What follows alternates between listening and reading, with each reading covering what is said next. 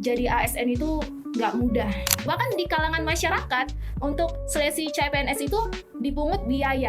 Ada gimmick buruk yang namanya orang titipan nih Kak. Kalau misalnya kamu rasa memang itu yang worth it untuk diperjuangkan, ya perjuangkan gitu. Kalau dibilang menariknya, aku rasa udah kurang nih ASN nih gitu. Jadi terus ngapain kita yang Unimed ini lah kami ini yang akhirnya SPD Menantu hidup. ya sepakat menantu idaman. Kalau misalnya sudah terbuka kesempatan, apa salahnya kita mencoba? Dalam tanda kutip oknum-oknum gitu ya Kak Vika Iya. dan Kak Ade yang masih mempersulit gitu. Saya juga relate gitu kan, apalagi di kampus misalnya pas di TU gitu kan. Jadi relate sangat lah gitu kan, apalagi hal-hal yang kayak gitu. Nanti lah siang datang gitu kan, rupanya datang udah pulang gitu kan. Orang-orang kayak mereka udah ASN atau mungkin udah guru PNS gitu, tapi yang lebih rajin itu yang honorer gitu. Jadi buat ASN tolong ya bekerja dengan Ya, Kenapa dan sampai mentok nih kita nggak bisa Salah lagi gimana? nanya. Kenapa ya? Nah itu kan pisau kritis kan harus begitu Iya, kan. benar. Iya. Selagi masih bisa jalan buat yang mana sendiri. Gitu. sepakat. Ini tuh. Oke, standby, kamera ready, sound ready, 3, 2, 1, action.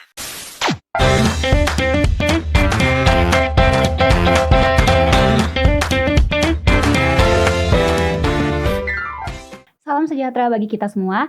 Shalom, Assalamualaikum warahmatullahi wabarakatuh. Om Swastiastu, Namo Buddhaya, salam kebajikan. Pertama-tama ada baiknya kita selalu mengucapkan syukur kepada Tuhan Yang Maha Esa atas kesempatan baiknya kita dapat berkumpul di tempat ini untuk melaksanakan fokus group discussion.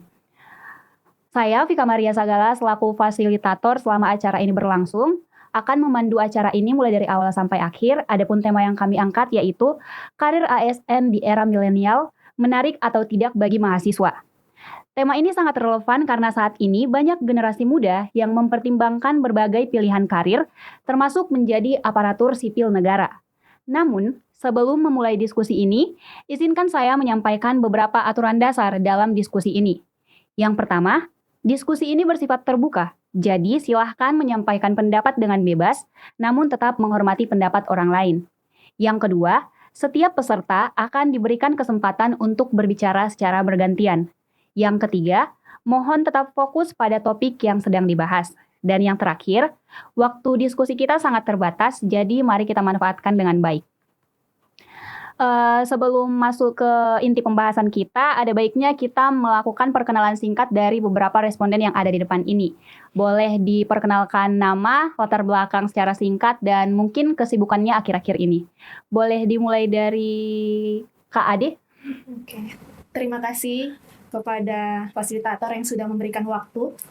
Izinkan saya memperkenalkan diri saya. Nama saya Ade Putri Utami Aritonang sebagai ASN guru di Kabupaten Serdang Bedagai, tepatnya mengajar di guru kelas 4 SDN 106838 Jatimulyo.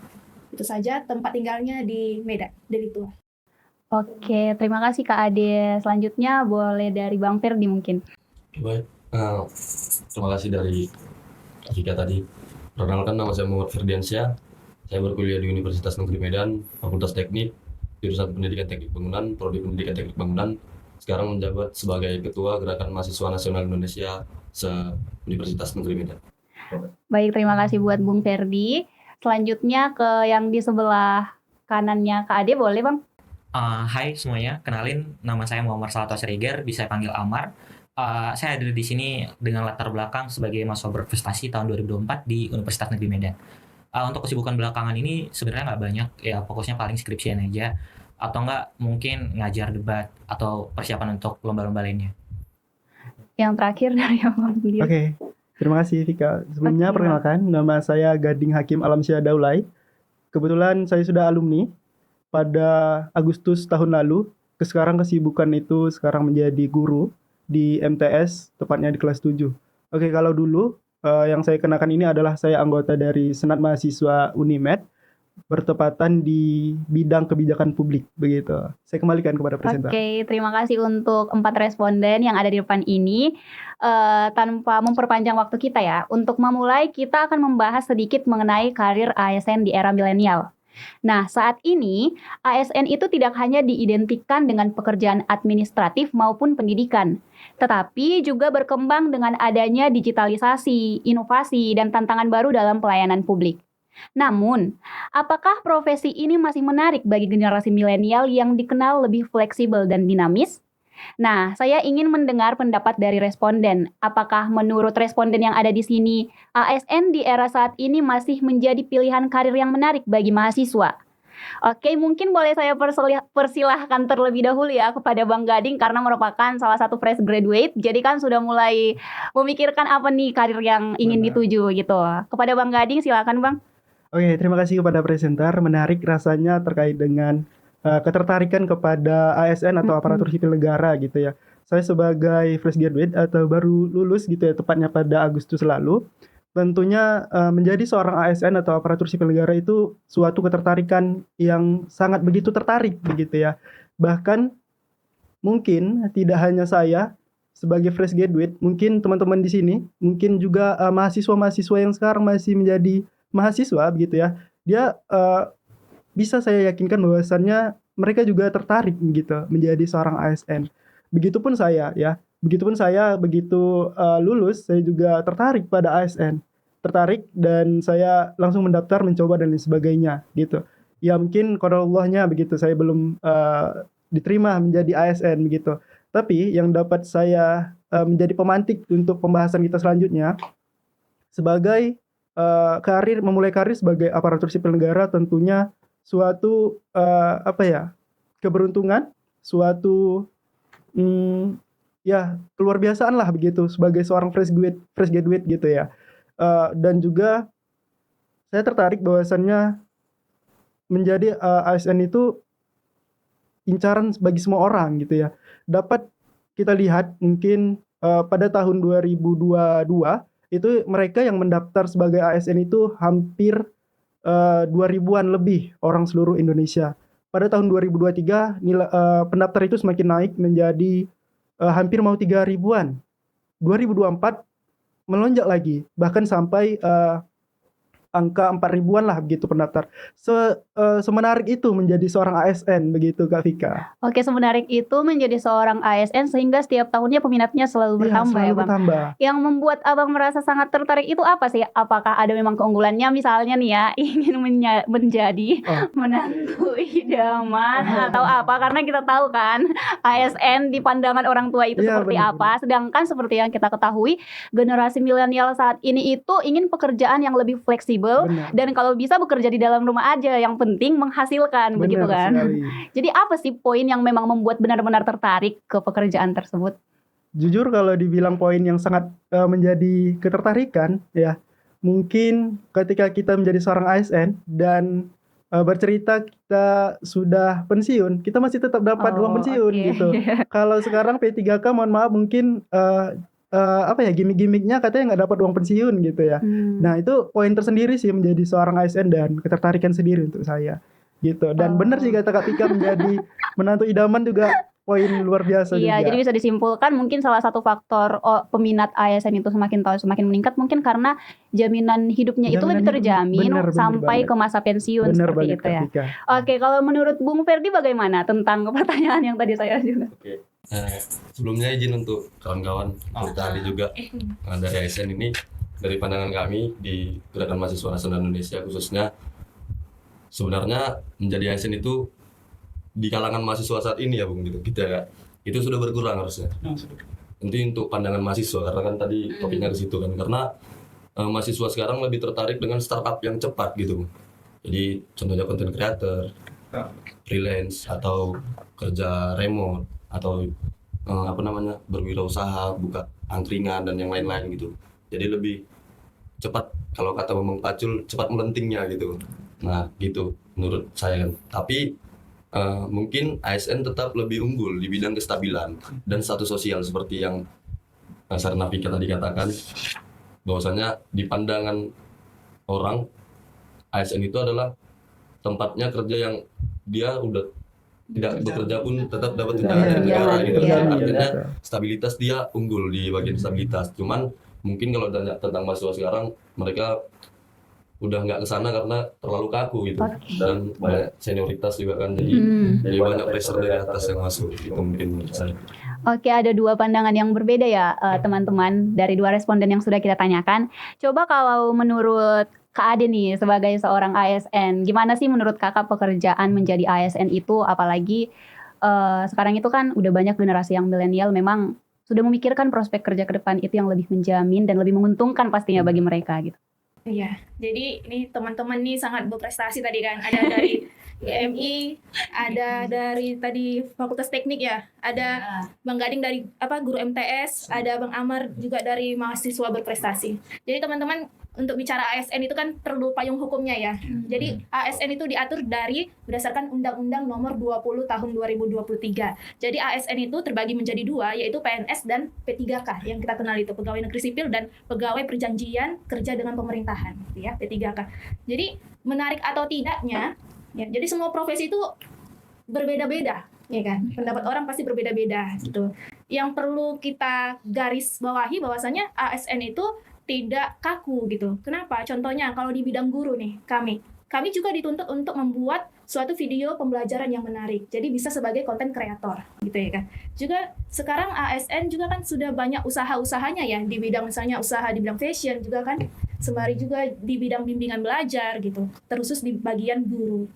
Juga barangkali juga kalau di video TikTok itu pasti ada misalnya ASN yang berjualan. Banyak. Iya, banyak sekarang kita nggak menutup kemungkinan. Jadi nggak kaku selagi itu nggak mengganggu untuk tupoksinya dia sebagai ASN, ya tidak masalah gitu sih. Jadi nggak ada salahnya untuk generasi milenial dan Gen Z itu untuk tetap tertarik sih di bidang untuk mengikuti ASN tadi, gitu. Karena banyak keuntungannya gitu dia. Oke teman-teman, bisa kita simpulin ya, sebenarnya ingin menjadi ASN atau ingin mencapai prospek kerja yang lain itu semuanya baik gitu.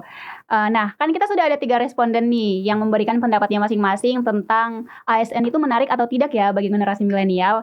Nah, yang terakhir nih mau nanya ke Bang Muammar sebagai mahasiswa berprestasi nih. Luar Gimana biasa. sih pandangan Abang? Karena pastinya kan sudah melihat banyak juga hal yang terjadi. Kalau menurut saya sih agak mungkin mirip sama Bang Perdi ya, mungkin gak jauh beda sih. Mungkin tujuan orang-orang kan berbeda gitu kan, habis tamat mau ngapain. Kalau jurusannya pendidikan ya jadi guru, tentunya tujuannya PNS. Kebetulan mungkin saya juga masuk PGSD kan, mungkin sama KD gitu kan. Jadi saya PGSD Unimed gitu kan. Paling tujuan paling besarnya atau rata-rata teman-teman di sekitar saya palingan nanti jadi PNS gitu kan. Kalau nggak coba PPG dulu, tamat jadi guru SD seperti itu kan, tes CPNS dan lain-lainnya. Tapi kalau saya mungkin punya pandangan yang beda ya, karena menurut saya mungkin ketika kita jadi ASN banyak yang sebenarnya terbatasi untuk kita, apalagi untuk di ranah publik, misalnya ingin bersuara atau ingin melakukan kritik dan sebagainya, apalagi di kondisi yang dimana misalnya kita tuh masih muda loh, pikiran kita tuh masih sangat terbuka gitu. Jadi untuk menjadi ASN di usia muda saya rasa belum lah untuk worth it untuk pribadi saya gitu kan. Tapi kalau mungkin untuk mengejar financial stable gitu kan, atau stabilitas keuangan, mungkin bisa lah nanti ketika mungkin sudah selesai S2 atau S3 mungkin bisa untuk meniti karir di ASN gitu. Tapi kalau untuk di usia muda sekarang, saya rasa masih perlu banyak yang dijelajahi dulu untuk eksplorasi diri lagi. Karena kan belum tentu ketika misalnya saya mahasiswa PGSD gitu kan, toh jadi guru SD kan nggak kayak gitu. Jadi kalau misalnya semua mahasiswanya terpaku untuk tiba-tiba harus jadi guru SD dan sebagainya, saya rasa eksplorasi dari tiap orang itu bakal terbatasi gitu. Padahal bisa aja gitu loh, kayak guru SD tiba-tiba jadi menteri gitu kan, belum ada kan. Guru SD tiba-tiba jadi presiden gitu kan, belum ada gitu kan. Kan kita pengennya yang kayak gini, yang dimana nanti akhirnya guru-guru yang udah ASN atau orang-orang yang udah jadi ASN yang mungkin dulu satu jurusan sama kita atau punya satu tujuan sama kita, tapi kita bisa nyuarain nih suara-suara mereka yang mungkin kayak mungkin Kak Ade tahu sendiri karena ASN kan, mungkin entah tunjangannya belum cair lah, gajinya terhambat lah, atau mungkin masih banyak guru-guru yang gajinya dirapel lah, seperti itu. Mungkin pandangan saya kayak gitu sih. Oke, bisa saya soroti ya. Ada 2 responden kita yang memang merasa tertarik untuk menjadi seorang ASN atau sudah menjadi ASN, namun ada 2 lagi yang lebih tertarik ke karir yang lain gitu kan. Mungkin bisa nih ngasih pandangan ke yang 2 responden yang merasa tidak tertarik supaya mereka lebih tertarik nih. Menurut Kak Ade, bagaimana sistem rekrutmen ASN saat ini gitu? Karena kan pastinya ada beberapa tahap dan persyaratan gitu. Gimana sih sistem rekrutmennya? Bisa aja karena hal tahap-tahap ini, syarat-syarat ini, sistem ini, beberapa mahasiswa itu memang merasa tidak tertarik mungkin karena ngerasa, udahlah sulit, syaratnya banyak gitu kan. Nah, menurut Kak Ade sendiri gimana? Jadi ASN itu nggak mudah gitu ya. Untuk Ya, kita sepakat untuk itu ya kan. Untuk mengikuti pendaftarannya aja pun banyak berkas yang harus kita lengkapi. Jadi tadi kan ASN, ada CPNS gitu ya. Kalau dulu CPNS guru itu tahun 2019, itu tahun saya itu terakhir. Jadi ada ngikutin seleksi administrasi yang pertama, ada seleksi SKD, kompetensi dasar, dan juga SKB, seleksi kompetensi bidang. Namun kalau yang P3K sekarang, itu dia menjadi honorer. Paling minimal itu 2 tahun. Atau kalau nggak jadi honorer bagaimana gitu kan, melalui PPG tadi, yaitu PPG prajabatan gitu kan. Atau karena PPG itu dia memiliki nilai poin plus sih kalau PPG gitu ya. Diutamakan juga dengan masa jabatannya yang sudah lama. Tuh, jadi sistem rekrutmennya seperti itu sekarang gitu ya. Jadi kalau yang P3K itu ada beberapa tahap, ada yang dari guru swasta, ada yang dari guru negeri itu sendiri. Kalau misalnya yang kemarin tahun 2022 itu mungkin ya, itu penilaian dari kepala sekolah. Yang sekarang itu dia tetap mengikuti ujian tuh dengan kompetensi manajerial dan kompetensi wawasan ya, semacam dia SKB-nya gitu sih. Memang tidak mudah, tapi namanya juga kita mau mendapatkan pekerjaan untuk di bidang pemerintahan gitu ya. Ada sebuah usaha yang harus kita lewati kalau kita benar-benar niat untuk mengikuti ASN tadi, bukan menjadi penghambat itu, tapi itu menjadi tantangan sih teman-teman ya. Contohnya kalau saya tuh, bahkan saya tuh pertama itu guru honorer swasta. Jadi saya ketika ada les kosong, saya tuh belajar di perpustakaan. Bagaimana nggak ngikutin bimbel gitu kan. Bahkan ada perkataan guru BK, potong kuping saya kalau misalnya kamu lulus jadi PNS gitu. Nah, sampai seperti itu. Bahkan di kalangan masyarakat untuk seleksi CPNS itu dipungut biaya gitu ya. Namun tidak gitu. Karena kan sekarang kan udah memang terbuka berdasarkan tes gitu ya. Kalaupun misalnya ada kedengaran-kedengaran yang dipungut biaya, mungkin itu memang orang-orang yang seperti itu sifatnya ya kan. Dan kita tidak tahu menang untuk hal seperti itu.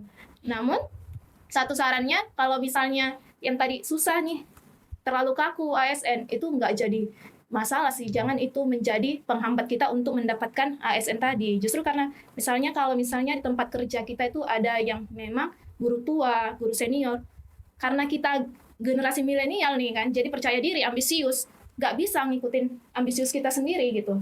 Pentingnya tadi kolaboratif tadi. Jadi nggak kaku sih, justru kita lebih bertukar pikiran sama yang memang udah generasi yang terdahulu, udah yang lebih lebih banyak, berpengalaman gitu ya, Kak, yang ya. lebih banyak gitu pengalamannya daripada kita. Oke teman-teman, bisa digarisbawahi ya, apalagi untuk generasi milenial, kalau ingin menjadi ASN itu pasti ada prosesnya, nggak ada yang instan gitu. Sedangkan kita mau makan mie instan aja kan masih perlu nunggu tuh buat minyak mateng gitu. Jadi memang nggak ada yang oke, aku pengen kerja yang gampang, dapat uang banyak, nggak ada gitu. Lanjut nih ke Bang Gading, menurut Abang gimana nih Bang? Apalagi kan Abang memang tertarik nih jadi ASN, atau mungkin Abang sudah berpengalaman mengikuti persyaratannya, boleh bagi sedikit cerita nggak ke kita gitu? Oke, terima kasih Kak Vika. Saya sepakat ya sama Kakak bahwasannya, Kak Ade tadi ya, sepakat sama Kak Ade bahwasannya untuk menjadi seorang PNS itu ada CPNS namanya ya, dan banyak juga yang gitu yang harus disiapkan. Ada tes, tentunya sebelum tes kita harus belajar dan bahas-bahas soal gitu dan sebagainya gitu ya kan. Ya itu menjadi ketertarikan sendiri buat saya, Vika. Kebetulan udah semenjak saya hidup, saya sudah mencoba 2 kali Kak. Kebetulan 2 kali menjadi coba CPNS gitu. Kebetulan yang pertama itu saya begitu lulus SMA saya coba, dan kemarin 2024 itu saya lulus, mendapat SKTL, saya langsung daftar gitu, saya coba gitu kan. Ya mungkin qadarullah-nya belum gitu ya. Tapi untuk diri saya sendiri, saya masih ada ketertarikan nih Vika sama saya ingin menjadi seorang PNS gitu. Ingin menjadi menantu idaman gitu ya. Tapi gini Vika, ada yang saya tanda kutip ya, mungkin dalam proses menjadi seorang CPNS dan menjadi seorang PNS-nya gitu ya Kak. Mungkin ini gimmick-gimmick gitu ya, tanda kutip gimmick di antara kami-kami lah yang udah pernah mengikuti gitu ya. Ada gimmick buruk yang namanya orang titipan nih Kak. Orang titipan dan kalau bisa dibilang ya udah jelas lah dia gitu kan, karena orang titipan ya, itu gimmick-gimmick sih ya Kak ya. Mungkin nanti boleh diceritain sih sama Kakak nanti gimana. Mungkin itu gimmick ya. Gini juga Pika, selain PNS ada juga nih yang kalau dikasih tingkatan nih ya. Selain PNS, sekarang ada juga nih idaman menantu idaman nih. Yang kedua tuh BUMN nih. BUMN dan lain sebagainya. Mungkin 2 ini sih. gitu. Oke, ini kan udah ada nih 2 tanggapan dari yang memang menarik nih untuk bekerja sebagai ASN. Buat yang 2 lagi nih, apakah berubah pikiran? Kayaknya boleh deh coba ASN gitu, coba PNS gitu. Karena kan udah ada saran juga nih dari kakak dan abang yang ada di sini. Kayak kalau memang mau jadi ASN, itu kan jaminan hidupnya juga sudah lumayan gitu kan. Ya memang harus mengikuti proses yang ada gitu. Karena setelah berproses ya kita bakalan mendapatkan hasilnya Iya, benar banget. gitu kan. Menurut Bang Muammar lah gimana? Sebenarnya kalau mungkin patokan kita ke jaminan hidup tentunya sangat dijamin gitu kan, apalagi ditanggung sama negara gitu. Saya rasa pun di negara manapun ya kalau pegawai negeri ya tanggung jawab negara gitu kan, sampai kapanpun ya mereka akan tetap digaji kecuali negara ini mungkin hancur gitu kan. Tapi ya janganlah sampai kayak gitu kan. Tapi kalau menurut saya ya saya tetap di idealisme saya sendiri sih, bahwa pada akhirnya memang tujuan saya sebagai guru ya tentunya mau jadi guru ASN untuk mengabdi gitu kan. Tapi kalau untuk sekarang mungkin dalam rentang waktu sampai 2030 nanti, kalaupun saya tamat S1, S2 dan sebagainya, untuk jadi guru ASN itu, untuk ASN gitu, saya belum terpikir sama sekali. Tapi mungkin setelah itu mungkin akan ada niat untuk mencoba dan sebagainya. Karena fokus saya sekarang masih untuk eksplorasi diri. Saya rasa masih banyak yang harus digali lagi dari diri saya, bahwa untuk hidup yang kayak panjang ini gitu kan, menjadi ASN tuh bukan hal yang harus kita cepat-cepatin Iya, gitu kan. Toh nanti juga masih ada kesempatan gitu, bukan kesempatan yang langsung cuma tahun ini ada gitu kan. Selalu pasti ada kesempatan menurut saya. Makanya untuk hal yang kayak ASN yang mungkin yang mengabdi, menantu idaman dan sebagainya, saya rasa ya masih adalah prioritas lain gitu. Intinya sih untuk mahasiswa-mahasiswa yang pengen untuk jadi ASN ya, kalau misalnya kamu rasa memang itu yang worth it untuk diperjuangkan ya perjuangkan gitu. Tapi kalau misalnya masih ada hal-hal lain, misalnya kayak kata Bang Perdi gitu kan, mungkin kamu guru atau calon guru yang idealis gitu kan, pengen buat startup kayak ruang guru gitu kan, ya nggak apa-apa, perjuangin gitu kan, mana tahu rezeki kamu di situ gitu. Kalau kamu jadi ASN kan nanti ya mungkin tetap bisa kayak kata Kak Ade tadi kan, tapi mungkin waktunya nggak akan seluang itu. Tapi juga nggak apa-apa sih, nggak menutup kemungkinan untuk eksplorasi kita juga gitu. Tapi ya menurut saya selagi muda ya fokuskan aja untuk kembangi diri kamu, biar nanti ketika kamu jadi ASN pun kamu itu nggak langsung kayak jadi guru aja sampai umur 60 tahun. Tapi ketika anak muda jadi ASN jangan dibatasi gitu loh. Oh kayak saya hari ini guru SD gitu kan, tapi ya 10 tahun ke depan mungkin saya akan jadi kepala dinas gitu dan sebagainya. Jadi kita harus terus kembangin nih potensi kita, jangan sampai karena kita udah jadi ASN kita tutup potensi kita.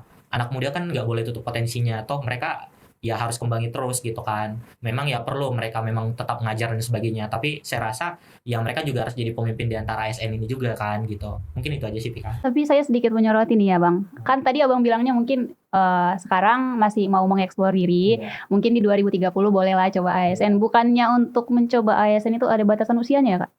Iya, ada. Batasan usianya berapa tahun? Kalau misalnya CPNS dia itu maksimal 35 tahun. Tuh. Kalau dia P3K, nah tadi kan harus, kalau khususnya di guru, dia harus menjadi guru honorer dulu. Iya, minimal 2 tahun. Jadi masih terkejar tuh Bang sama usianya. Terkejar. Nanti kan kita S2 lagi Oh, gitu kan. Benar-benar. Jadi jangan dibatasi gitu kan. S1 aja gitu kita rasa cukup jangan. Tapi ya terus kuliah lah gitu kan. Oke. Kayak gitu. Kalau menurut pandangan Bung Ferdi gimana? Oke, udah mulai menarik ya. Jadi FGD kalau dia cuma satu pandangan kan enggak cocok ya. Nah, aku balik ke topik awal, kita bahas tentang tertarik, menarik atau tidak gitu kan gitu. Nah, kalau dibilang menariknya, aku rasa udah kurang nih ASN nih gitu. Karena udah banyak pekerjaan yang lain yang cepat melenting tadi Bung Gading aku bilang. Cuman aku tetap, apalagi dengan cerita Kak Adi tadi kan, bagaimana Kak Adi memperjuangkan ASN-nya gitu menjadi salah satu guru di negara kita gitu. Nah, aku mau menyoroti tentang tadi masuk rekrutmen ya.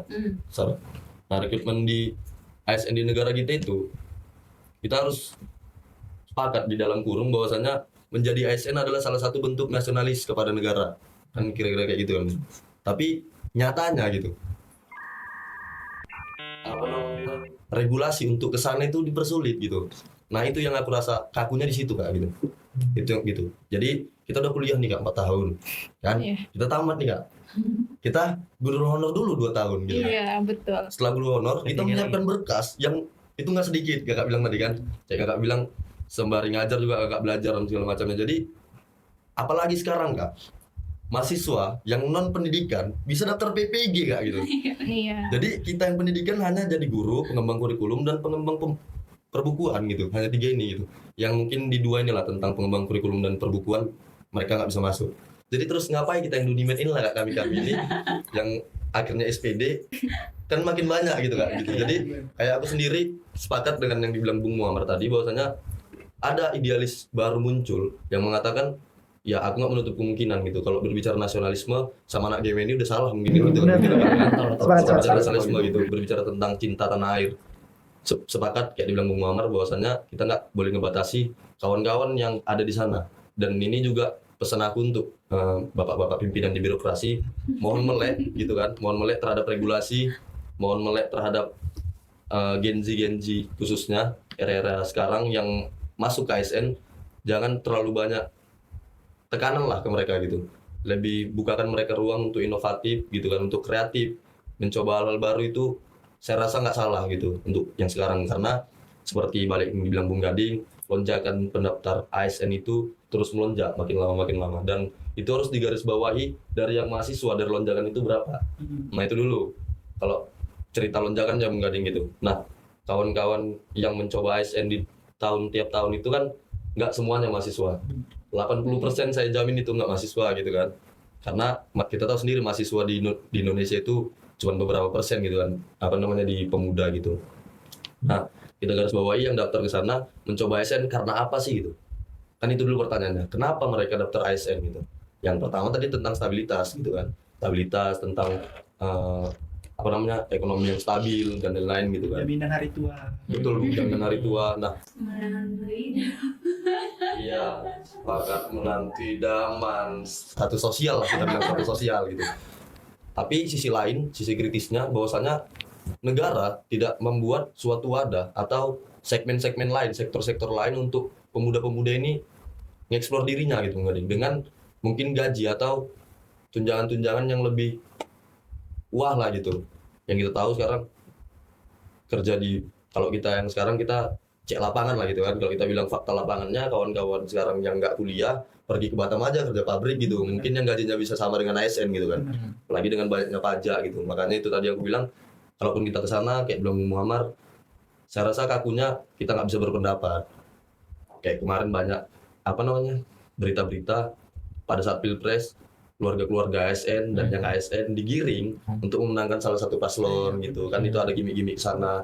Nah, tapi tidak ada pembelaan tuh dari PNS karena mereka juga terjepit, artinya mereka tidak bisa bersuara dan mereka tidak boleh mengiyakan kan, kira-kira gitu. Mungkin seperti itu saja. Oke, terima kasih Bung Ferdi.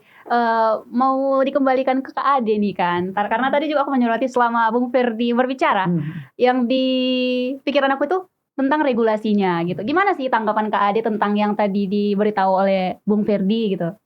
Iya. Jadi ini saya jawab satu-satu dulu lah ya. Dari Bang Gading ya kan. Tadi ada katanya guru itu titipan. Iya. Orang titipan.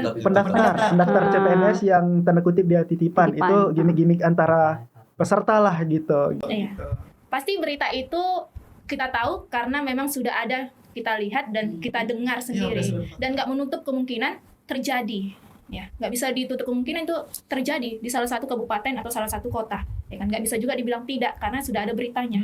Jadi kenapa sekarang sistemnya P3K itu seperti itu gitu, berdasarkan masa kerja atau dipermudah istilahnya dibandingkan dengan CPNS yang seleksinya itu tes SKD, SKB kan nampak langsung hasilnya. Jadi itu untuk pemerintah mengatasi permasalahan banyaknya honorer, khususnya itu di bagian bidang pendidikan. Kita tahu ya banyak yang contohnya di sekolah saya aja itu ya, ketika saya masuk ke situ, itu kan sebagai PNS, banyak guru honorer itu sudah 15 tahun itu masih statusnya honor. Gitu. Jadi dibuatlah sistem P3K. Namun mungkin disalahgunakan oleh yang berwenang tadi. Ya kan? Oknum lah ya kan, tanda kutip oknum. Penyalahgunaan kewenangan gitu. Itu juga melanggar nilai dasar ASN tadi. Yang kita tahu tuh ya, teman-teman, nilai dasar ASN itu berakhlak, sedikit aja berorientasi pelayanan, akuntabel itu bertanggung jawab, artinya dia tidak bertanggung jawab, kompeten gitu ya, harmonis, loyal, adaptif, artinya itu kita bisa menyesuaikan diri gitu. Dan juga dia kolaboratif, bekerja sama. Jadi itu terjadi. Namun sebagai individu kita itu ya berusaha lah semaksimal mungkin tadi ya kan. Ya udah kalau bekerja ya bekerja dengan semampu kita, dengan seikhlas hati gitu ya. Jangan pandang iri hati bahwasanya ada orang dalamnya nih, makanya bisa. Nggak usah seperti itu pikirannya. Langsung aja positive thinking aja. Bagaimana diriku bisa untuk mencapai tujuanku tadi. Itu sih satu poin yang harus kita miliki dalam diri kita tadi kan. Jadi kita tidak memandang kesalahan, keburukan orang lain, tapi fokus ke diri kita untuk mencapai tujuan tadi. Dan juga kalau Bang Amar gitu ya. Nih, contohnya nih teman saya nih, punya prinsip kayak Bang Amar. Sekarang sudah P3K di ibu kota Jakarta. Katanya, males lah, ngapain lah PNS. Aku masih bisa nih kesana kemari, suka pekerjaan ini itu gitu ya, masih bebas gitu. Terakhir ikut juga P3K di ibu kota Jakarta. Jadi sedikit pendapat, kalau misalnya sudah terbuka kesempatan, apa salahnya kita mencoba gitu ya. Di sekolah itu sangat dibutuhkan yang seperti teman-teman ini yang berani berpendapat. Namun pendapat kita tadi tidak boleh semuanya kita keluarkan. Ya, ada aturan syaratnya gitu. Karena yang kita hadapi itu kan memang pimpinan-pimpinan, orang-orang yang sudah lebih tua daripada kita. Jadi cara bicara kita pun harus nggak bisa semau kita berpendapat gitu. Itu poin yang saya dapat sih. Karena kan ada juga teman misalnya 50 tahun, 55 tahun gitu. Kan berbeda pemikirannya. Kita mau instan, mau cepat. Kita nggak setuju tuh dengan aturan yang begitu. Nggak bisa. Ya, nggak bisa. Karena apa? Karena mungkin ada sisi yang lain, gitu, sudut pandang yang lain. Gitu. Yang kita tahu kan sudut pandang kita sendiri, bagaimana supaya cepat selesai, bagaimana hal itu mudah, bagaimana yang terjadi sekitar kita, ternyata tidak. Karena ASN itu banyak ya pimpinan-pimpinan gitu yang kita hadapi gitu sih. Juga tadi pendapatnya Bang Ferdi tentang apa tadi? Regulasi ASN tadi yang pendapatnya gitu ya. Udah sarjana, terus tiba-tiba harus ngikutin honor lagi. Oh iya itu. Sama satu lagi Kak, materai online. Oh. Itu sangat menggali tentang regulasi untuk masuk jadi PNS kan. Kayak kawan-kawan berebut gitu Kak. Itulah mungkin Kak. Iya sih. Jadi setiap tahunnya ya kan, setiap tahunnya pasti berbeda-beda sih pendaftaran yang menjadi ASN tadi. Ya tahun itu ya begitu dia aturannya. Iya kan.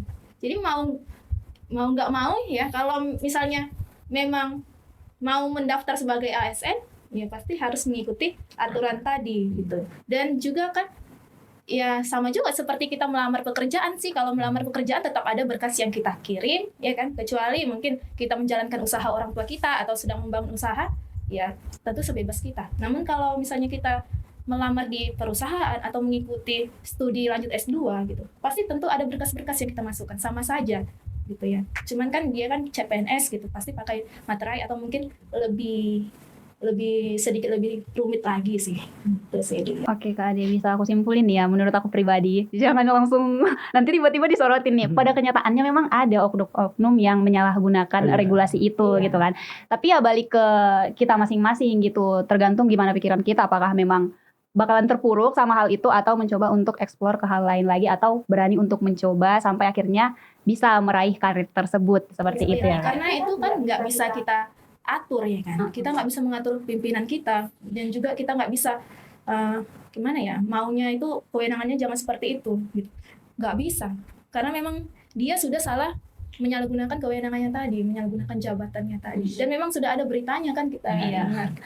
Oke, berlanjut dari hal tersebut, tadi kan kita udah membahas banyak nih tentang karir ASN menarik atau tidak bagi mahasiswa. Mungkin kita akan mengulik lagi nih, menurut 4 responden yang ada di sini, apa aja sih dampak karir ASN itu? Nih, aku mau nanya ke Bang Gading, kan? Menurut Abang nih, gimana dampak dari keberadaan ASN terhadap efektivitas pelayanan publik dalam meningkatkan kualitas birokrasi di Indonesia? Oke. Dalam tanda kutip gini ya Kak Pika. Tadi Kak Pika bilang pelayanan publik dan birokrasi gitu ya. Mungkin ketika Kak Vika bilang begitu, saya langsung tertuju nih. Berarti PNS yang non guru nih berarti, karena dia pelayanan publik gitu dan birokrasi gitu kan ya. Kalau pandangan saya terkait dengan PNS yang sebagai pelayanan publik di luar guru gitu ya. Saat ini mungkin kalau menurut pandangan saya dan pengalaman saya masih kurang fleksibel nih sama kita. Masih ada ya mungkin nggak kita tutup kemungkinan ada hal-hal yang harus kita lengkapin untuk kita meminta suatu pelayanan sama PNS yang mungkin di bidang itu gitu ya. Tapi ya itu yang mungkin saya rasakan bahwasannya masih kurang fleksibel sih Kak. Dan Kak Ade juga ya mungkin di bidang guru beda lagi gitu ya. Dan pelayanan publik beda lagi. Tapi menurut saya itu bahwasannya ketika kita sebagai yang belum ASN, masih orang biasa nih, mau ngurus sesuatu pun mungkin tanda kutip masih dipersulit nih. Mungkin ya nggak di Medan ya, mungkin jauh ya gitu ya. Ya gitu. Mungkin ya regulasinya harus, menurut saya ya harus diperbaiki lagi sih. Tadi kalau Kak bilang ada akhlak, ada apalagi tadi Kak, ada royal dan lain sebagainya gitu ya. Ya itu harusnya harus diterapkan gitu. Ada akhlak, loyal, dan ya memang itu tugas beliau gitu, melayanin masyarakat gitu ya. Tapi nyatanya dalam tanda kutip oknum-oknum gitu ya Kak Vika dan Kak Ade yang masih mempersulit gitu. Kita yang masih mengurus. Itu sih Kak, masih ya harus dipertingkatkan lagi lah gitu loyalitasnya sama masyarakat gitu Kak. Oke, kalau menurut siapa dulu lah ya? Atau dari responden yang ketiga ini, ada nggak yang mau coba nanggapin Oke, yang boleh, dibilang boleh, dari boleh. Bang Gading? Nih ya, Oke, saya. Jadi untuk meluruskan nih ya, kalau yang tadi sebagai pelayan publik itu salah satu tugas pegawai ASN gitu. Ada 3 sih sebenarnya, sebagai pelaksana kebijakan publik, sebagai pelayan publik, dan juga sebagai perekat dan pemersatu bangsa. Jadi untuk meluruskan pernyataan dari Bang Gading gitu ya, kalau guru itu bukan pelayan publik. Iya. Nah itu kurang tepat. Kenapa? Karena yang kita hadapi itu adalah publik. Yang mana publik kita? Yaitu peserta didik, Siswa. anak didik, orang tua siswa gitu ya, dan masyarakat, ya kan. Artinya kita tetap sebagai pelayan publik gitu. Yang tadi untuk meluruskan tadi itu ya, satu meluruskan yang bagian pelayan publik tadi, dan juga generasi milenial gitu. Bagaimana peran generasi milenial dalam membawa inovasi di lingkungan kerja ASN. Nah, sebagai contoh itu yang sudah saya lakukan lah, maka saya ceritakan ini ya. Nah, ketika saya itu di SD 38 Jatimulyo gitu kan. Itu saat itu program sekolah penggerak. Jadi kami sekolah penggerak angkatan pertama gitu. Di mana ada 9 guru beserta 1 kepala sekolah. Saat itu kami belum mengikuti sekolah penggerak seleksinya, dan juga banyak guru berpendapat seperti ini. Udah nggak usah diikutin. Capek gitu ya. Ngapain diikutin? Banyak tesnya. Tapi yang saya berpendapatnya itu kalau ada kesempatan ya kita memang harus ngikut itu gitu kan. Dicoba gitu. Iya, dicoba gitu. Jadi saya itu mendukung kepala sekolah untuk mengikuti seleksi tadi, yang pengisian esai, yang juga dia ibu itu ada kayak semacam micro teaching juga kan.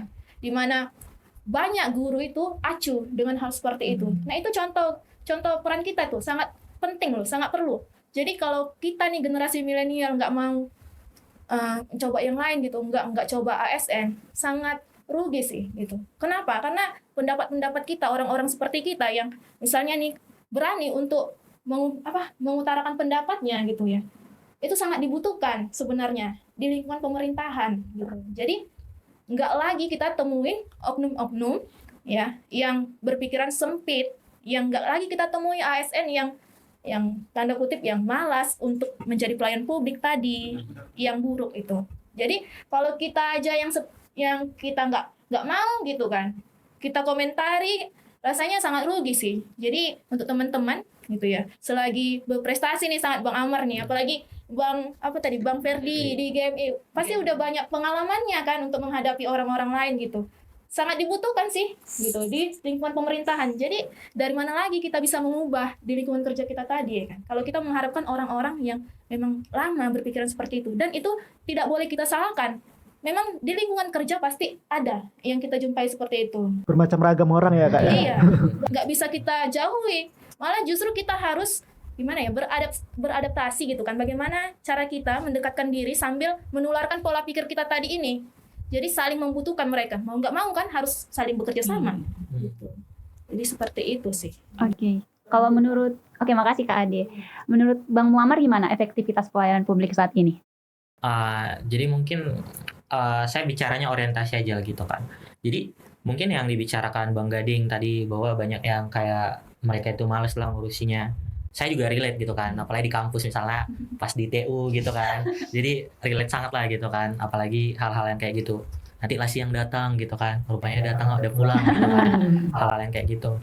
Jadi kalau saya rasa ini masalahnya orientasi. Dari awal mereka daftar ASN ikut CPNS itu orientasinya uang. Makanya ketika kerja ya fokusnya uang. Kalau nggak ada uang ya mereka nggak akan mau kerja gitu. Kecuali mungkin kayak Kak Ade ini yang orientasinya adalah untuk melayani publik dari awal. karena mungkin suka ngajaran anak dan sebagainya. Jadi yang dilakukan itu tulus loh. Jadi kayak gaji itu cuma bonus gitu kan, cuma kayak insentif atas apa yang kita lakukan dan sebagainya. Itu yang sebenarnya kita butuhkan kalau menurut saya. Karena kalau selama orang-orang masih berpikiran bahwa menjadi ASN itu tujuannya untuk dapat uang, mungkin ya mungkin realistis lah gitu kan. Tapi ya orientasinya jangan itu, karena kalau orientasinya itu akhirnya akan menyusahkan masyarakat juga. Toh mungkin ya gantilah orientasinya agar apa yang kita lakukan maksimal gitu. Kayak kata orang-orang kan banyak gitu kan. Walaupun misalnya kamu kinerjanya kayak gaji 15 juta tapi gaji kamu cuma 3 juta, ya nggak apa-apa gitu, rezekinya juga bakal nyusul nanti gitu. Karena yang banyak di lapangan kan orang-orang kayak mereka udah ASN atau mungkin udah guru PNS gitu, tapi yang lebih rajin itu yang honorer gitu. Jadi itu yang mirisnya gitu. Makanya menurut saya ya orang-orang yang mau gabung PNS itu ya memang orang-orang yang orientasinya harus tulus lah, karena melayani negara gitu kan, mengabdi untuk negara, namanya juga abdi negara gitu kan. Tapi ya mungkin sebenarnya masalah pelayanan publik itu hampir di semua ranah sebenarnya terjadi juga. Mungkin di aparatur negara non sipil pun terjadi gitu kan, yang hal-hal kayak pelayanan publik kurang mengenakan dan sebagainya, dan itu hal yang lumrah. Tapi itu ya kembali ke masalah orientasinya lagi tadi kayak saya bilang. Oke, berarti bisa disorotin sih kalau menurut Bang Muammar itu tentang efektivitas pelayanan publik itu memang ya kembali lagi nggak bisa dipungkiri, pasti ada aja, tapi balik lagi ke kita nih, orientasi kita apa. Dan memang setuju sih sama yang kata Bang Muammar, memang kalau emang kita tujuannya kerja itu buat untung-untungan ya pasti bakalan nggak dari niatnya yang tulus untuk melayani gitu kan. Jadi buat ASN tolong ya bekerja dengan tulus. Tolong Oke, menurut Bang Ferdi gimana nih Bang? Oke, aku ngutip kata-kata Kak Ade tadi tentang pimpinan gitu kan. Jadi kata-kata pimpinan ini lebih ke negara feodal sebetulnya kan. Karena kita nggak pakai pimpinan gitu. Jadi mau pimpinan kita 50 tahun, kalau kita udah sama-sama PNS, kau rekan kerjaku, bukan pimpinan aku gitu. Setara. Jadi itu yang aku nggak mau di dalam itu, yang aku bilang ke aku. Nanti aku mau meluruskan di situ dulu Bung gitu kan. Nah kita masuk ke bagaimana peran generasi milenial dalam membawa inovasi di lingkungan kerja ASN. Nah yang menjadi indikator mereka tidak bekerja dengan baik itu apa sih gitu. Nah, aku mau menggiring kawan-kawan ke kenapa dan sampai mentok nih, kita nggak bisa lagi nanya Kenapa ya? Nah, itu kan kritis kan harus begitu kan. Nah, apa sih indikator mereka? Kenapa sih mereka tidak melayani publik dengan baik ketika mereka sudah ASN gitu? Ada tadi aku ngutip dari kata kawan-kawan bahwasannya honorer lebih giat bekerja daripada ASN itu sendiri gitu. Nah, jadi kita memikirkan kenapa sih mereka nggak melayani publik gitu. Nah, yang mungkin dari aku pribadi, saya sepengetahuan aku bahwasannya itu tadi tentang tertarik tadi atau tidak. Mereka tertariknya itu apa karena seperti yang dikatakan Bung Muammar ke Kak Adi tadi, orientasinya memang minatnya di situ, minatnya menjadi seorang pengajar gitu, minatnya untuk melayani publik gitu. Kita kan sekarang enggak gitu. Kawan-kawan tamat SMA, sosial mengatakan bahwa ASN itu adalah pekerjaan yang stabil, yang sampai hari tua dapat tunjangan dan segala macam gitu. Jadi mereka tergerak hati supaya orang tua mungkin nggak ada modal buka usaha, mereka nggak ada kreativitas untuk jadi hal yang lain. Ini aku nggak mendiskriminasi siapapun gitu kan, maksudnya nggak underestimate juga ke siapa-siapa. Mungkin pandangan aku lah gitu ke kawan-kawan tamat SMA yang mungkin tidak ada kesempatan untuk berkuliah di negara ini gitu. Mereka menganggap bahwasannya ini adalah sebagai penolong gitu. Nah, balik lagi indikator mereka ke sana akhirnya karena kekurangan finansial lah kita bilang, mereka mencoba ke sana untuk menjadi salah satu Jovin Angel lah gitu kira-kira kan, penyelamat lah ini untuk keluarga gitu. Nah setelah mereka udah dapat yang mereka mau, kita kan tahu mungkin ASN yang seperti Kak Adi kita bilang kan, guru-guru muda atau ASN muda itu masih getol-getolnya kerja gitu. Cuman kalau kita tengok dari segi guru lah aku ngambilnya, memang betul aku bilang kalau hal-hal seperti pimpinan dan segala macam gitu kan. Jadi kita ada kurikulum merdeka kemarin kita bilang gitu. Cuman nyatanya seorang pengajar pun tidak merdeka dalam mengajar muridnya gitu. Nah itu fakta lapangan gitu. Nah memang harus diubah secara keseluruhan gitu. Memang habis-habisan perubahannya gitu. Contoh yang paling konkret, kita dari kecil diajarkan bahwa Indonesia itu dijajah 350 tahun sama Belanda. Kan itu kira-kira. Itu yang ngajari guru-guru yang mohon maaf ibu-ibu yang udah berumur lah pada saat itu gitu. Mungkin sekarang mereka udah pensiun gitu kan. Cuman kan selama aku belajar lagi gitu kan, bahwa rupanya kita nggak dijajah 350 tahun gitu sama Belanda. Jadi yang salah guruku apa aku nih? Atau kurikulumnya yang salah gitu. Jadi aku nggak tahu kan mau nyalahkan siapa gitu. Jadi memang harus diubah semuanya masuk Gen Z atau milenial yang baru ke ASN itu dibukakan mereka ruang gitu. Mereka hanya butuh ruang. Aku yakin kayak orang-orang seperti kayak Kak Ade ini, mereka nggak perlu diarahkan. Pasti mereka punya modelnya sendiri ya kan Kak? Punya modelnya sendiri, gaya belajarnya untuk menjadi pengajar gitu. Mereka hanya butuh ruang gitu. Jangan dipersempit ketika ini nggak bisa kayak yang dibilang Kak Ade tadi, karena ada regulasi-regulasi yang memang kita ya udah di situ tahapnya, nggak boleh lagi naik gitu kan. Nah contoh-contoh seperti ini gitu. Apalagi kita ASN itu kan aparatur gitu. Aparatur ini kan sekarang kata-kata aparat ini lebih ke menjaga gitu. Apalagi salah satu tugas aparatur negara tadi untuk mempererat ya Kak. Iya. Mempererat Sepakat pemersatu. pemersatu kebangsaan gitu kan. Jadi yang ASN muda khususnya, lagi-lagi untuk para pimpinan, mohon beri mereka ruang untuk berinovasi. Beri mereka ruang. Mungkin mereka hanya butuh itu aja gitu. Jangan terlalu banyak mintanya.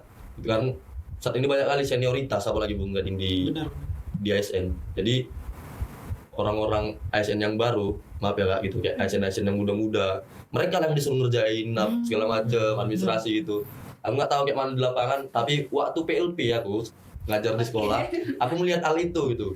Dan nggak banyak kawan-kawan kita yang PLP magang juga udah disuruh buat tes manis dan yang lain-lain gitu. Nah itu tolonglah dirubah lah mindsetnya. Selagi masih bisa jalan, buat teh manis sendiri. Ngopi gitu. Sepakat. Oke, karena dari tadi Bung Ferdi bilang kenapa sampai mentok nih kan. Padahal aku di pikiran gitu, istirahat dulu lah, serius sekali. Boleh ya kita istirahat Oke, bentar ya. Benar.